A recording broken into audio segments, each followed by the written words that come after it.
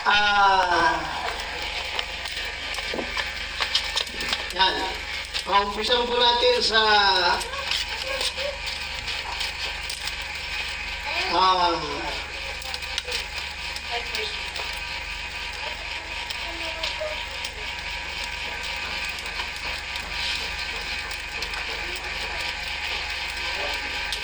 okay, John chapter 10 verse 25 pababa.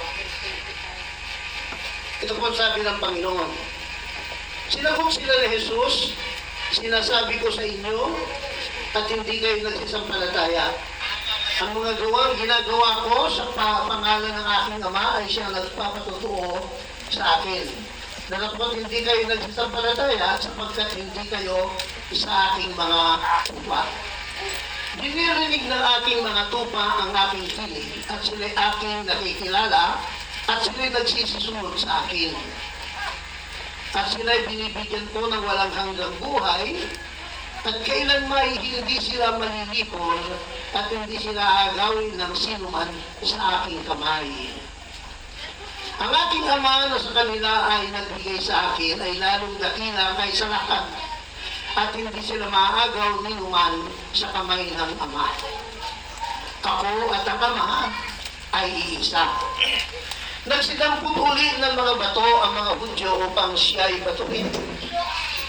Sinagot sila ni Jesus, maraming mabubuting gawain mula sa Ama ang ipinakita ko sa inyo. Alin sa mga gawang yaon ang ibinabato ninyo sa akin? Sinagot siya ng mga Hudyo, hindi dahil sa mabuting gawa ay binabato ka namin, kundi sa pangumusong. At sapagkat ikaw, bagaman ikaw ay tao, ay nagpapakunwari kang Diyos. Sinagot sila ni Jesus, hindi baga nasusulat sa inyong kautusan, aking sinabi, kayo'y mga Diyos.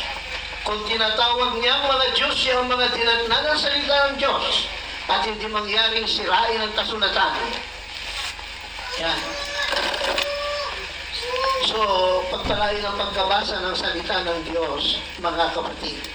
Ito po ang talatang aking binasa ngayon na isa po sa mga talatang one of the most masasabi natin debated scripture in the Bible. Why? Because it speaks about Jesus Christ. Nangungusap tungkol sa ating Panginoong Hesus at patungkol sa kung sino siya at paano natin siya dapat kilalanin. Mga kapatid, alam po natin mga minamahal, when it comes to Christianity, bagamat marami pong bagamat tinatawag tayong mga Kristiyano, marami pong mga nagsasabi sila ay Kristiyano, subalit sa mundo ng Kristyanismo, ang isa sa pinagtatalunan ay ang patungkol sa kalagayan kung sino ang ating Panginoong Jesucristo. Amen? Hello? Praise God. At yan po'y napatunayan na. Maging nung panahon ng mga apostol at pagkalipas ng mga apostol, yung po unang-unang konseho na ginanap ng mga obispo, tinatawag na First Council of Nicaea, ang pinakamainit na debate na kanilang pinagtalunan, mga kapatid, ay ang tungkol sa kung sino ang ating Panginoong Jesucristo. Hello? Praise God. Noong panahon po ng ating Panginoong Jesus ay kasama niya naglalakad ang kanyang mga alagad. Ang mga tao po ay nagsasalita ng iba't ibang puro-puro patungkol sa kung sino ang ating Panginoong Jesucristo. Kaya, nung dumating po ang ating Panginoong Jesus at ang kanyang mga alagad, doon doon sa lugar na kanilang patutunguhan, sa Kapernaum, tinanong niya ang kanyang mga alagad, ano ang narinig niyo sinasabi ng mga tao patungkol sa akin? Ang sabi ng mga alagad niya, Panginoon, sabi nila, ikaw daw si Jeremias. Ang ilan naman nagsasabi na ikaw si Elias. Ang iba naman nagsasabi na ng ganito, ng ganyan. Ikaw daw isa sa mga propeta. Purihin ng Panginoon. Subalit, tinanong ng Panginoon si Apostol Pedro at si Pedro po ay nagsalita, ikaw ang Kristo, ang anak ng Diyos na buhay. Amen. Thou art the Christ, the Son of the living God. Purihin ng Panginoon. Sa mga katuwid mga minamahal, ang pagkakilala po sa ating Panginoong Kristo ay maging hanggang sa ngayon na isa po malaking pinagdilibertihan ng Kristyanismo.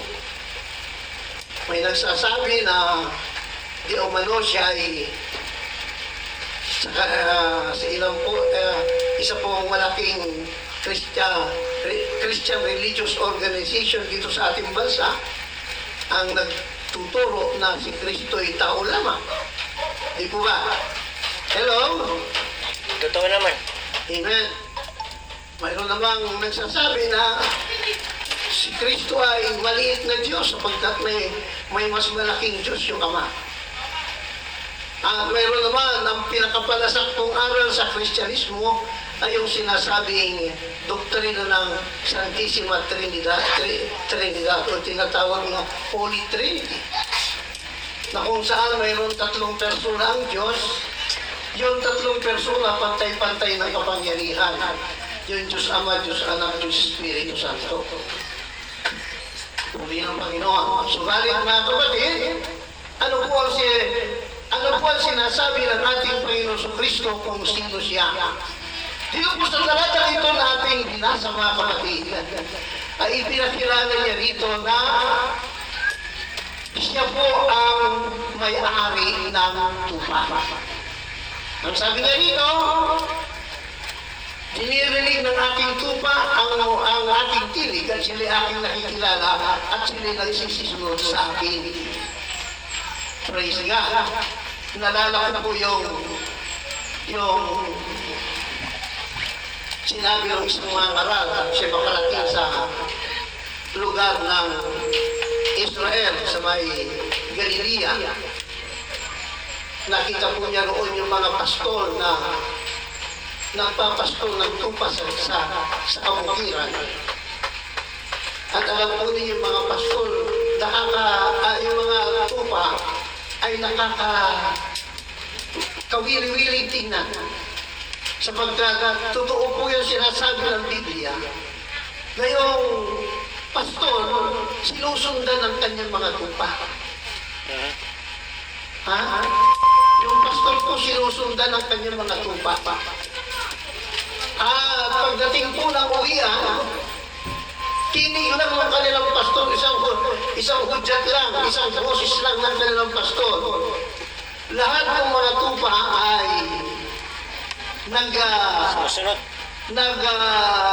iipon-ipon na para sumunod sa kanya.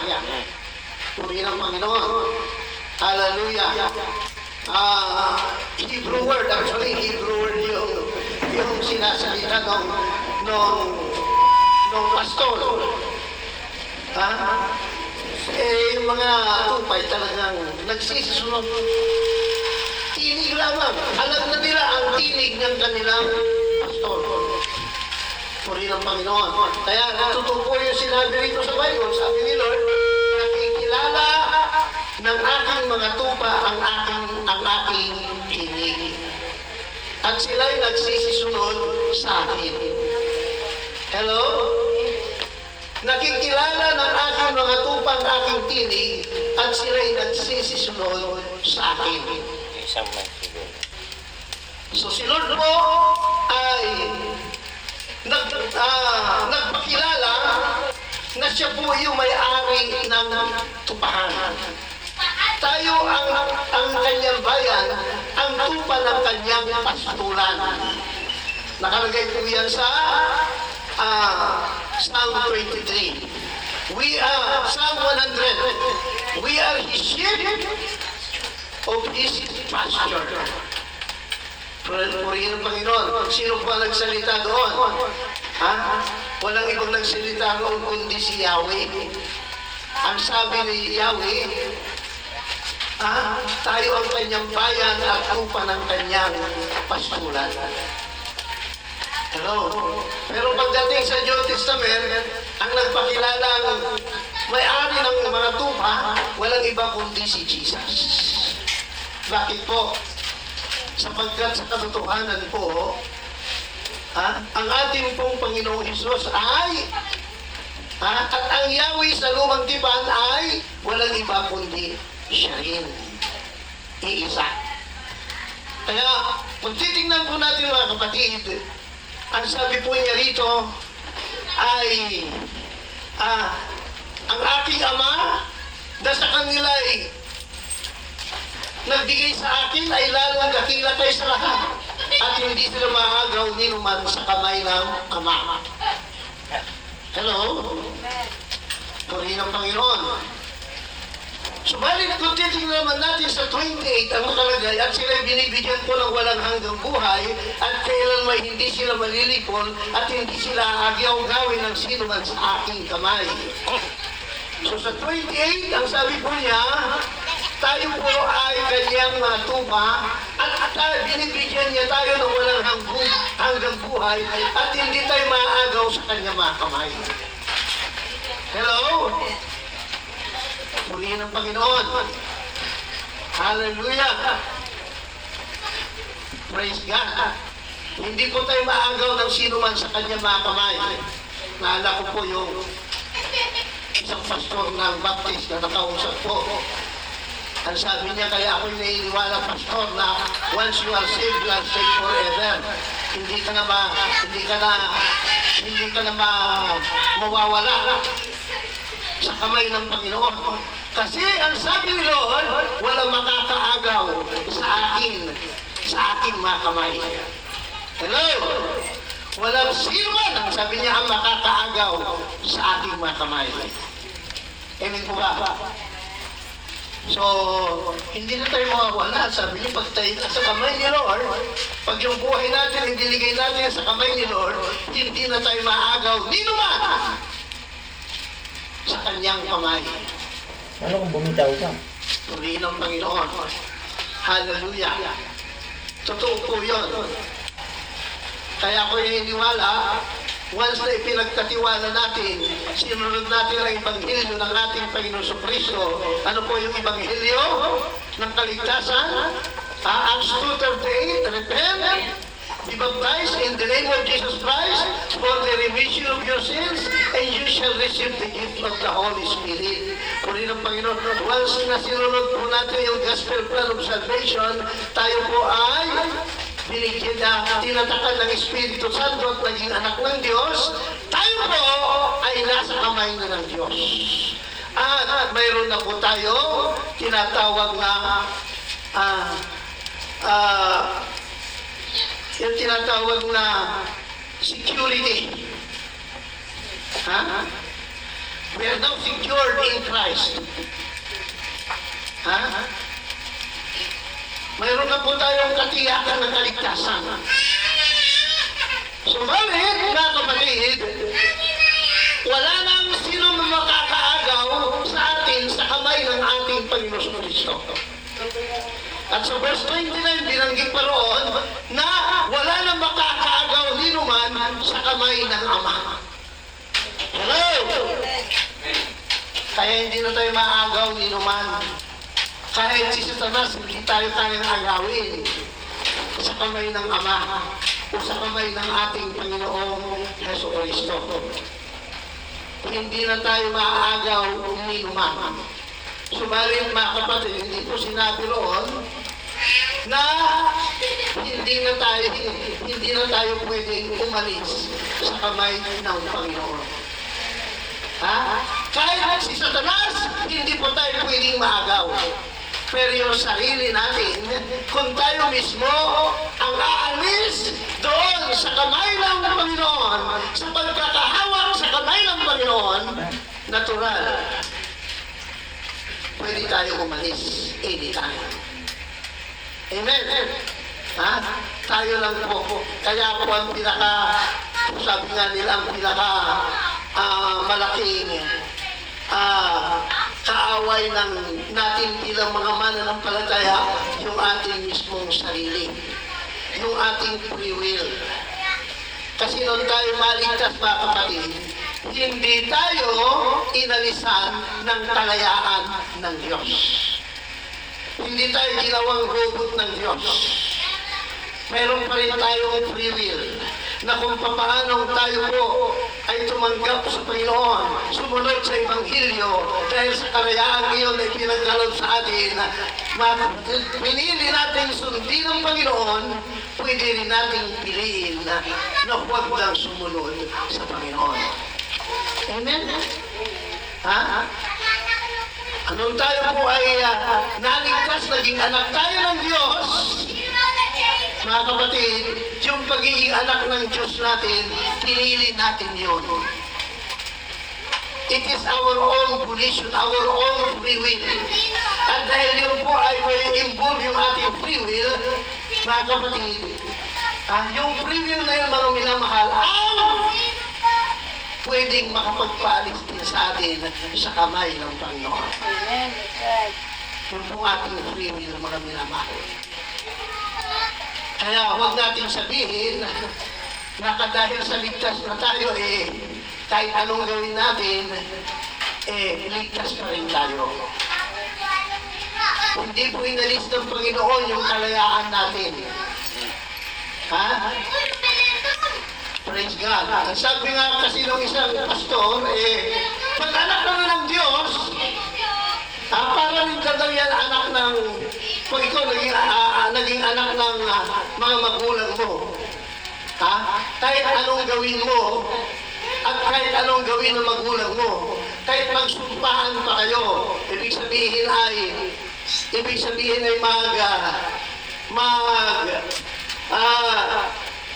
magsumpaan na kayo na huwag nang maging mag-ama.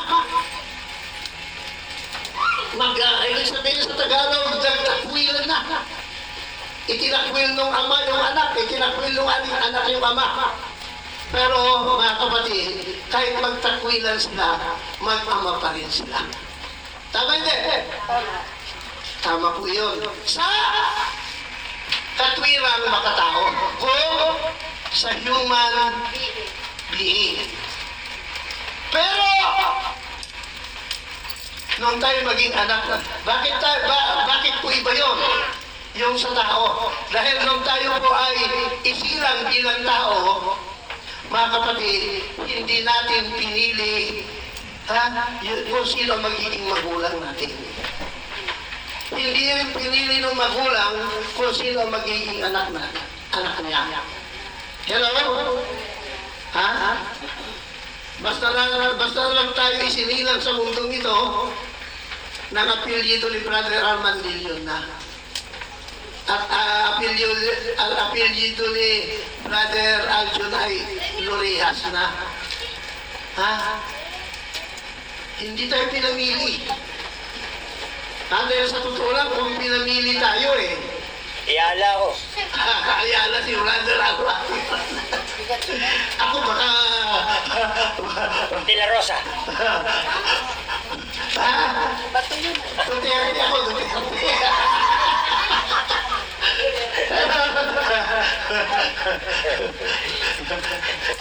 Duterte na ako.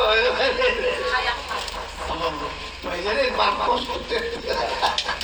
Mayaman yun. Praise God. Basta, sigurado, tambak yung magiging anak ng mga mayaman. Hello? Bakit? Kila-kila yung mga isisilang doon. Kasi pipiliin ng mga baby ang maging anak ng mga milyonaryo. Pero bakit baliktad? Ang nangyayari, yung mga mahihirap tuloy, ang anak 11, 8, 10. Hello? Samantala yung mga milyonaryo, isa-isa lang ang anak. Isa, dalawa lang. Hello? Bakit? Kasi wala tayong pagpipilian. Nagising na lang tayo na tayo nakapasok na sa pamilya ino. Hindi tayo namili, mga kapatid. Hindi sinabi ni Lord na yung isilang tayo, sandali! Mamili ka kung sino magiging tatay mo. Pero nung tayo maging anak ng Diyos, pinili ba natin? Pinili natin maging anak ng Diyos. Narinig natin ang Pangilyo. Narinig natin ang palawagan ng Panginoon. Isinuko natin ang ating buhay sa Panginoon. Sumunod tayo sa Ebanghelyo ng Panginoon, naging anak tayo ng Diyos. At dahil doon, mga kapatid, naging anak po tayo ng Diyos. Dahil sa pagpili natin, at yung pagpili yun, mga kapatid, pwede natin piliin ngayon. Bilang mananampalataya na tayo ng Kristo, pwede mo rin piliin. Kapag ikaw nagsawa na, hello, gusto mo lang huminto sa pagiging Kristiyano. Mas masarap, sabi mo sa isip mo, mas masarap pag hindi ka Kristiyano eh. Walang bawal-bawal. Bakit kay pastor, ang daming bawal? Hello? Bawal magsuot ng ganito? Narinig ko si Sister Joy, bawal daw magpurunto. Hello?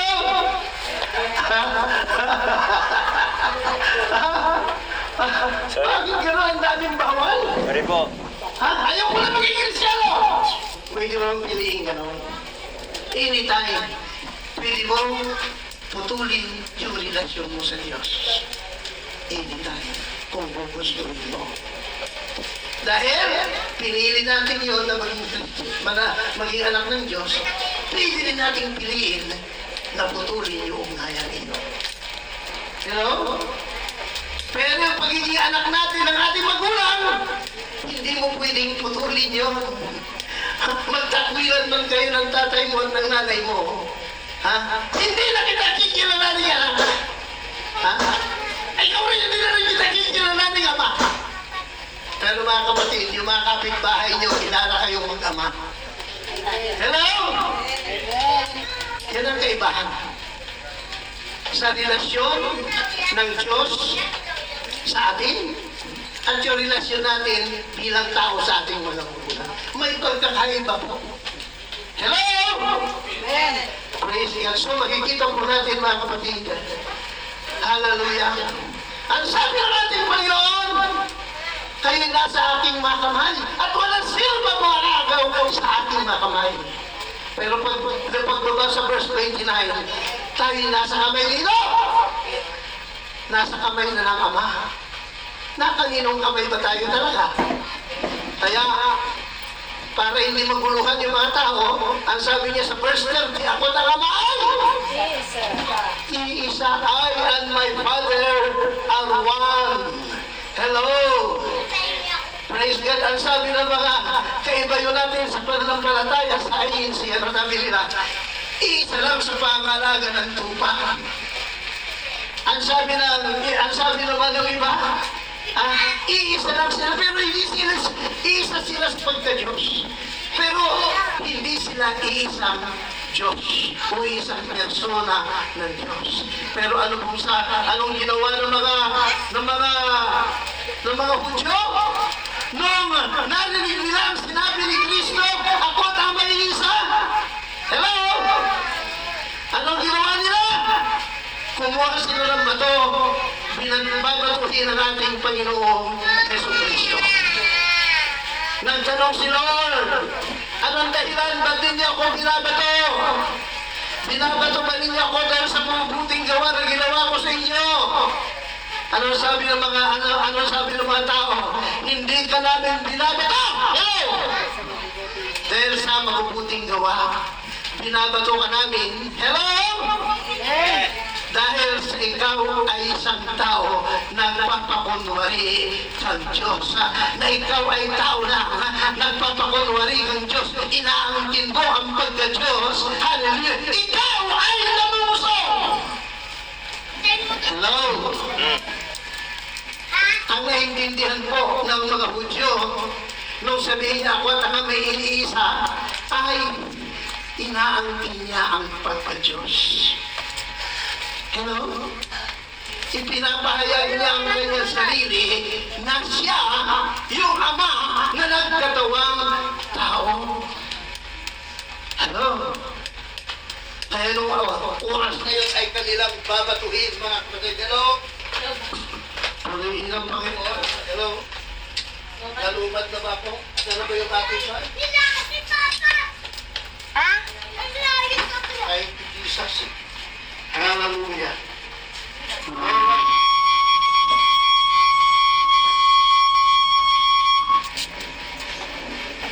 Thank you, Jesus.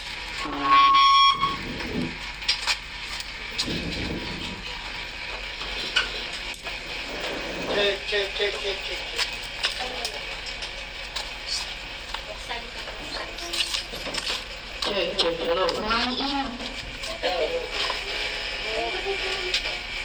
Hello.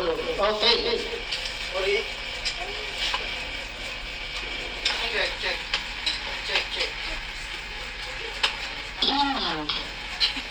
Hello. Okay. Purihin ng Diyos. Hallelujah. Okay na. Mga kapatid, naninigan niyo ako. Hello. Amen. Okay, purihin ng Panginoon. Tuloy-tuloy na po tayo, mga kapatid. Ang sabi ng ating Panginoon, ako at ang may isa, babatuhin nila ang ating Panginoon sa Kristo, sapagkat ang naunawaan po ng mga Hudyo, inaangkin ni Kristo mismo ang pagka-Diyos, mga minamahal. Inaangkin niya na siya at ang may isa. Inaangkin niya na siya ang Diyos na nagkatawang tao. Inaangkin niya na siya ang Diyos na nakaupo sa luklukan sa trono sa kalangitan, na tinatawag na Panginoon ng kaluwalhatian.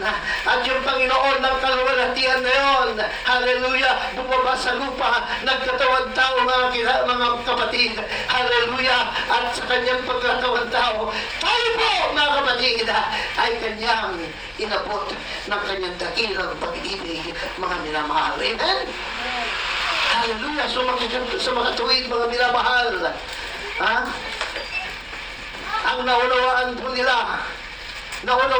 ng mga Hudyo, mga kapatid, na si Jesus ay umaangkin ng kadyusan. Inaangkin niya na siya yung Diyos na nagkatawang tao. Inaangkin niya na siya yung Diyos na nakipag-usap kay Moises. Hallelujah, doon sa tinatawag na burning bush. Hallelujah, at nagsabi, ang sabi niya kay Moises, pumunta ka sa aking bayan, Israel. Praise God. At sabihin mo sa kanila, narinig ko ang inyong mga tinig. Hallelujah, ang inyong mga daing. At ako'y naparito. At inutusan ako ng Diyos. Hallelujah. Ang Diyos ng inyong mga magulang. Ang Diyos ni Abraham. Ang Diyos ni Jacob. Ang Diyos ni Isaac. At kung tatanungin nila, sino ang Diyos na yun? Ay sabihin nyo sa kanila, ako'y siya ako nga. Hello. You're Praise God. the great I am. The same God, brothers and sisters. Hallelujah. Kaya nga ang ating pong Panginoon sa Kristo, noong po siya noong siya po, mga kapatid, ay kausap ang mga Hudyo, ang mga Parsyo, Eskriba, ang sabi ng ating Panginoon sa Kristo, nagalak ang inyong amang si Abraham nung makita ang ating araw. Ang sabi ng mga Hudyo, mga kapatid, ng mga Parsyo, Eskriba, ang sabi sa kanya, wala ka pa 50 taon, nakita mo na si Abraham. Ang sabi ng ating Panginoon sa Kristo, bago pa si Abraham, ako na. Hello! Before Abraham was, I am. Anong ibig sabihin, mga minamahal? Jesus Christ is not just Ang ating pong Panginoon Kristo ay hindi lamang tao, hindi lamang anghel, hindi lamang pinakapangalawang persona ng Diyos. Ang ating pong Panginoon Kristo, siya mismo ang Diyos na nakaupo sa luklukan sa kalangitan, bumaba sa lupa dahil sa dakilang pag-ibig niya sa iyo at sa akin. Nung makita niya na ikaw at ako ay hindi kayang iligtas ang ating sarili dahil tayo nagkasala at dahil sa kasalanan iyon tayo papalusok sa nagadagatang apoy. Ano mang ating gawin, mga kapatid, hindi natin kayang iligtas ang ating sarili. Hallelujah! Anong ginawa ng Diyos na ito? Ang Diyos na tinatawag na Diyos ng pag-ibig. Hallelujah! Nung nakita niya na anumang gawin natin, wala po tayong magagawa sa ating sarili. Mga kapatid, bumaba sa lupa, nagkatawang tao, hinubad ang pagka-Diyos, iniwanan ang kalulatian sa kalangitan na kung saan milyong mga anghel ang nagpupuri, sumasamba, umaawi sa Kanya, araw at gabi, banal, banal, banal, hallelujah, iniwanan ang lahat ng iyon, nagkatawang tao, sinalitan ang lahat ng iyon, mga minamahal, nag-anyong alipin na upang tayo, mga kapatid, ay abutin at bigyan ng buhay na walang hanggan. Amen. Hallelujah! Amen! So, mga kapatid, hallelujah! Praise God! Jesus Christ! Ang ating pong Panginoon Kristo, The great I am.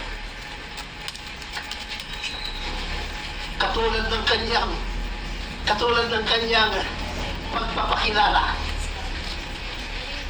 ay hindi lamang isang tao, ordinaryong tao, hindi isang propeta lamang, hindi isang anghel katulad ng itinuturo ng iba. Siya po ang Diyos na nag-iisa. Dahil sa kanyang pag-ibig, nagkatawang tao, tumulos sa ating mga kasalanan. Hallelujah! Purihin ang Panginoon at ang lahat ng susunod sa Kanya. Kung siya na Diyos ay naging tao, ang dahilan kung bakit siya naging tao, upang tayo po ay magmana ng kanyang kalulatian at maging mga anak ng Diyos. Kung tayo susunod sa sampalataya, magtitiwala sa Kanya at hanggang sa dulo ay magpapatuloy hanggang sa Kanyang dakilang pagbabalik, mga minamahal. Amen! Hallelujah! So, mga kapatid, purihin ng Panginoon. Hallelujah! Ako at ang Ama ay isa. Napakagandang salita ng ating Panginoon Kristo. Subalit marami pa rin hanggang sa ngayon, kahit paulit-ulitin po natin isigaw sa pamamagitan ng pangaral, hindi nakakaunawa doon sa salita ni Lord. Ako at ang Ama ay isa. Hanggang ngayon, nagiging debate pa rin hanggang ngayon. Hanggang ngayon, hindi pa nila maunawaan ang lalim ng salita niyo. Mga kapatid, hallelujah, nakakalungkot. Subalit malinaw ang sinabi ni Lord, I am my Father, ang one. Nang ibig sabihin, mga minamahal, hindi lamang siya second person ng Trinity. Bakit? Ang sabi niya, I am the first and I am the last. Amen! So nakatuwid, siya na ang first person, siya na ang second person, siya pa rin ang third person, siya ang lahat-lahat, mga kapatid. The Father, the Son, and the Holy Ghost, brother and sister, is one in Jesus Christ. Hallelujah! Wala nang iba. Purihin ng Panginoon. Glory to Jesus. Ano sabi ni Apostle Paul sa 1 Corinthians chapter 2 verse 8? Babasahin ko po sa inyo.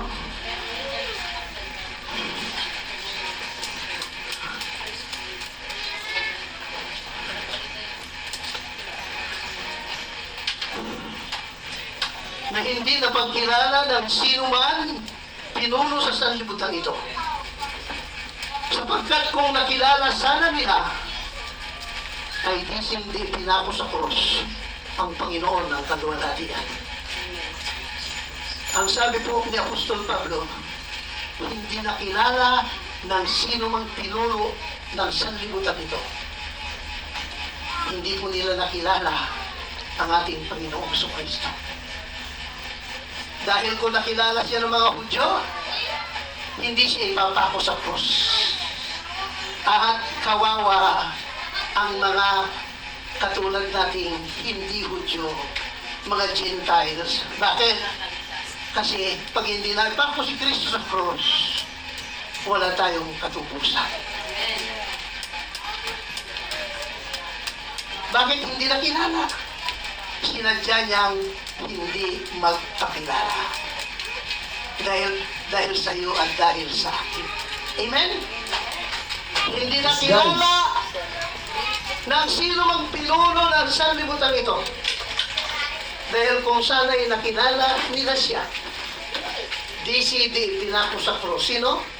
Ang Panginoon ng kaluwalhatian. Ang Panginoon ng kaluwalhatian. The Lord of glory. Hallelujah. Alam ba ninyo, si Haring David, hindi niya kilala kung sino yung Lord of glory. Buti pa kayo rito, kilala na ninyo siya. Hello? Ha? Si Haring David nagtatanong pa. Anong tanong ni King David sa Psalm 23 at 24, 9 to 10? Ito po sabi ni Haring David, mga kapatid. Nagtatanong po siya. Ha? Psalm 24, 9 to 12. Nagtanong po si Haring David.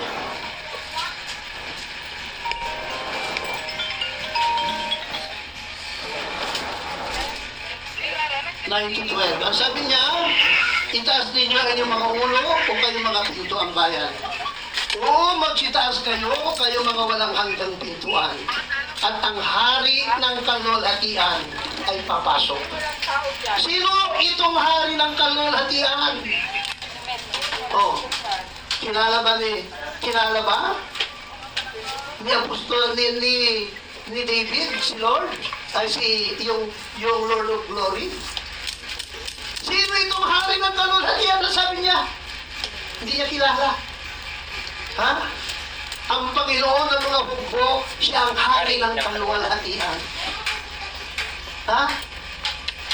Sabi ni Apostol Pablo, yung Lord of Glory, ipinako nila sa cross. Hindi nila nakilala.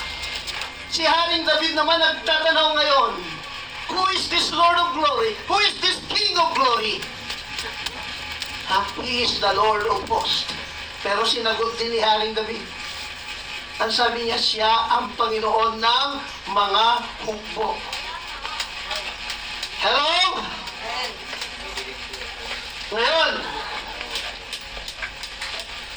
sino naman itong Panginoon ng mga hukbo? Mga kapatid, tandaan ninyo, yung Panginoon ng kaluwalhatian, hindi nila nakilala kaya itinapos sa krus. Yung Panginoon ng kaluwalhatian, ang sabi ni Haring David, siya rin yung Panginoon ng mga hukbo. Yung Panginoon ng mga hukbo, walang iba po ang sabi ni Prophet Isaiah. Ito na po, mga kapatid, kung sino itong Panginoon ng mga hukbo, na siyang Panginoon ng kaluwalhatian, Siyang Diyos. na ipinako nila sa cross sapagkat hindi nila nakilala. Hindi nakilala ng sanglibutan nung pumunta rito. Itinakwil nila. Ang sabi niya, ako'y nabuhat na parito sa sariling akin. Hindi ako, itinakwil ako ng sariling akin. Ako'y naparito sa aking bayan. Ngunit, ano sabi ng Biblia? Hindi siya kinilala ng kanyang bayan.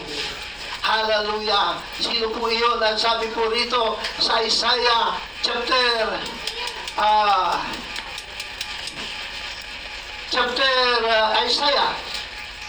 37. Babasahin ko po sa inyo mga kapatid. Hallelujah. Ito pong sabi rito mga kapatid. At dito po makikilala na natin kung sino yung Panginoon ng mga hukbo ng Panginoon na Panginoon din naman ang kalahatian na ipinako nila sa cross. Ang sabi rito sa Isaiah 37:16, O Panginoon ng mga hukbo, hello? Na Diyos ng Israel. Hello? Siya pala yung Diyos ng Israel na nakaupo sa mga kirubin. Siya raw yung nakaupo sa trono doon sa mga kirubin sa kalangitan. Hallelujah! Ikaw ang Diyos! Ikaw lamang! Ha? Sa lahat ng kaharian sa lupa, ikaw ang gumawa ng langit at ng lupa. Yung Lord of Glory na ipinako nila sa cross sapagkat hindi nila nakilala na siyang Panginoon ng mga hukbo ay siya rin yung Diyos na nakaupo sa luklukan sa kalangitan. Hallelujah! Na may larang ng langit at ng lupa. Ang nag-iisang Diyos, ang Diyos na sinasamba ng milyon-milyon ng anghel at hindi magkubilang na hukbo ng kalangitan. Hallelujah! Araw-gabi, sinasambat, pinaglilingkuran, iniwanan ang kanyang kalahatian sa langit, pababa sa lupa, nagkatawang tao, nag-anyong alipin, namatay sa krus ng Kalbaryo. Hallelujah! Hallelujah! At bawat buong niyang katawan, nagkalasong-lasong, nagkasugat-sugat. Hallelujah! Bawat patak ng kanyang dugo, ang isinisigaw, I love you, I love you, I love you. Love of mankind! Yan po ang dahilan. Hindi po siya napako sa cross. Mga kapatid, hallelujah! Dahil lang gusto niya maging bida. Hindi siya napako sa cross. Mga kapatid, ha? Dahil gawa ng mga Hudyo na nagsigaw, ipako siya sa cross. Hindi siya napako sa cross dahil sinabit siya ng martilyo at ng pako. Hallelujah! Lahat ng yun, hindi pwedeng makapagpapako sa kanya sapagkat siya ay Diyos. Subalit ginawa niya lahat ng yun. Hallelujah! Ang dahilan kung bakit siya nasabit doon sa cross, mga kapatid, kung bakit siya napako, kung bakit sinasugatan mula ulo hanggang talampakan, kung bakit lahat ng dugo dumaloy mula ulo hanggang talampakan, kung bakit siya tinusok sa tagiliran, hallelujah, kung bakit nabutas ang kanyang mga kamay, hallelujah, ang kanyang mga paa. Ang dahilan, hindi ang tao, hindi si Satanas, hindi ang mga Hudyo, hindi ang mga Romano. Ang dahilan, pag-ibig niya sa iyo at sa akin. Amen! Amen. Yung po ang dahilan kung bakit siya napako sa krus.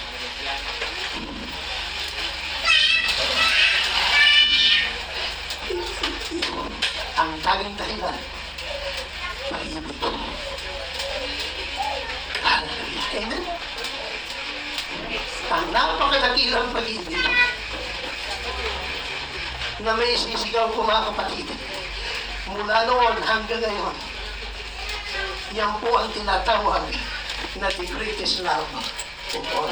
The great. Hallelujah.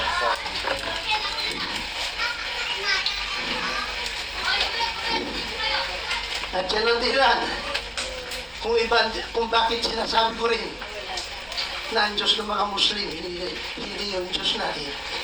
Kailanman hindi ko narinig sa mga Muslim na ang Diyos nila ay Diyos ng pag-ibig.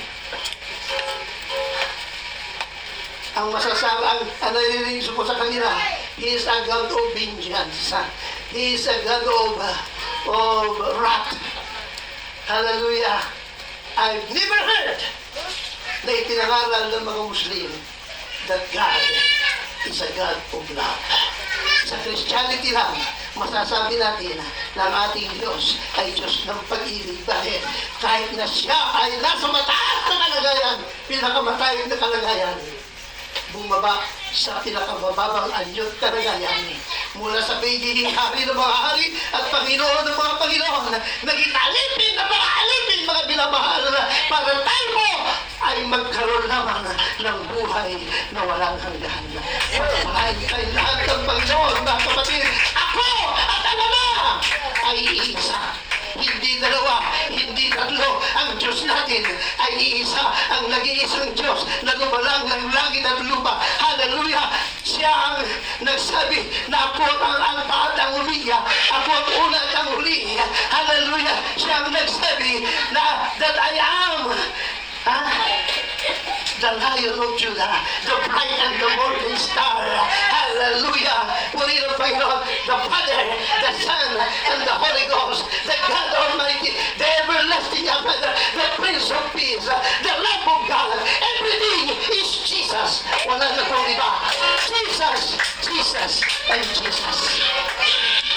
Kaya po lahat ay tuminusulas.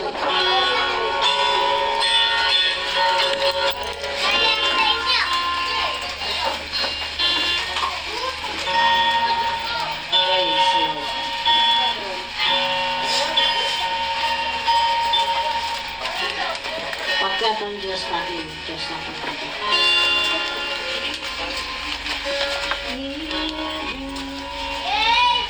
Ang siyang pumuha sa ating